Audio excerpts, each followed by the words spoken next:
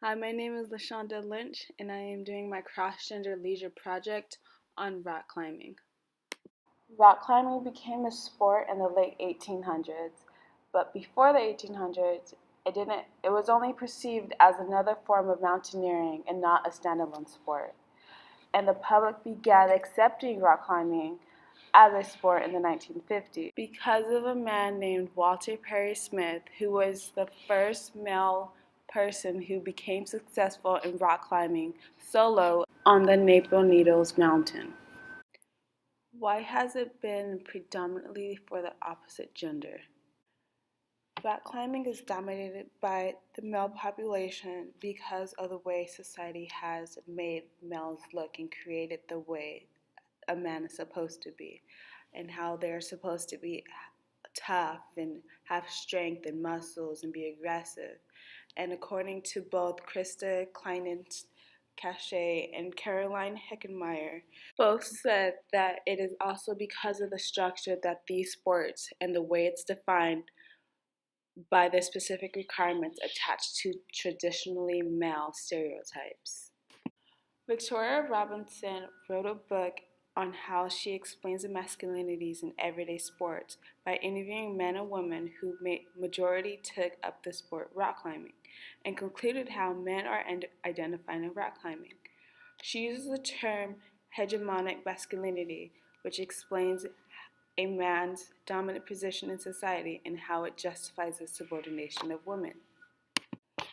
How frequently did people of your gender participate in the activity in the past? During my research, I discovered that Lynn Hill was the first female American climber, but not the first female climber. Although rock climbing did not become a sport till the 1880s, in the 1850s to the 1990s, according to Claire Roche, the middle-class women increased in numbers to the Alps for a substantial minority climb in the late 1900s. I believe that because there are a group of women who went to a small minority climb and no one really noticed that men and other people didn't really think that women took rock climbing seriously at that time. How frequently do people of your gender participate in the activity today? There are a lot more women who participate in rock climbing today than they did back in the 1800s. I feel that the more women are praised on what they could do in a dominant male sport, then the more women would feel like they're not being subjected to something they cannot do, even though women shows that we can actually do it. Theories on why there may or may not have been historical changes in participation. In an article by Martin Woods, he shows how rock climbing progresses into serious leisure dominated by men. He looks at different countries and says that for British rock climbing, it's a very upper middle class recreation, and that there's a sign that shows to climb in a certain area, people must obtain from the Chatsworth estate, and some exceptions are included, which is that they would have to be of a strong group of pre-war climbers and not just regular workers. Some workers qualified for that pre-war climber and had the strength for it, but they couldn't participate in the activity because they were of lower class. How or why does this activity fit into traditional ideals of leisure for the opposite gender? From Rachel Elizabeth Dilley and Sheila Jeanette Scraton, their definition of serious leisure acknowledged that leisure can be goal-oriented and entail long-term commitment that can be sometimes frustrating and boring, though the participants have and see their own skills, knowledge, and expertise over time. Using this definition, I believe that this activity is the ideal leisure for the opposite gender because males have the feeling that makes them feel exhilarated by the rush of climbing, and maybe competing against others with the same feeling too gives them that rush feeling. How does your experience with the cross-gendered activity relate to class materials covered? My experience in this activity relates to the materials covered in class, and how we discuss the culture and how society put this activity or any sports activity as male dominant, and comparing myself with Mona Lisa Smile and how she went into a school which taught girls how to be a housewife. I am breaking that social boundary and challenging males by participating in a male dominant sport. Why have you not participated in this activity before, and what constraints might you have felt or had?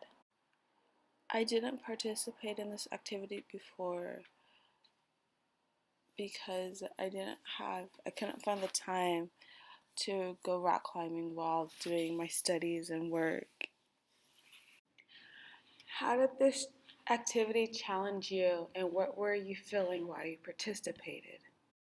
So some of the challenges that I had while rock climbing was after I did about 3 walls, my hands started hurting and it was difficult to climb more because I didn't have that upper body strength. And this wall specifically, they had little rocks against the wall. I was going with the green rocks, and it was kind of hard trying to get to one rock towards another when they're so far away.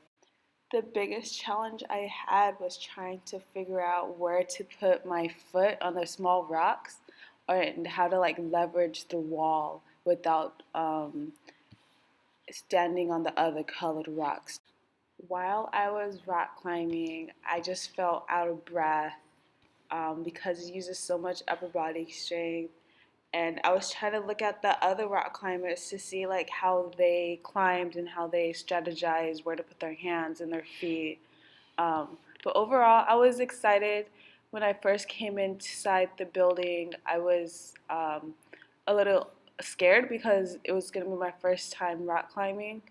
But once I climbed that first wall, the only thing I was scared about was coming back down. What insights into leisure for your gender and the opposite gender were gained? An insight I had for both genders is that rock climbing takes a lot of great strength, and women have that strength to climb faster than men and climb the same or further than what a man can do.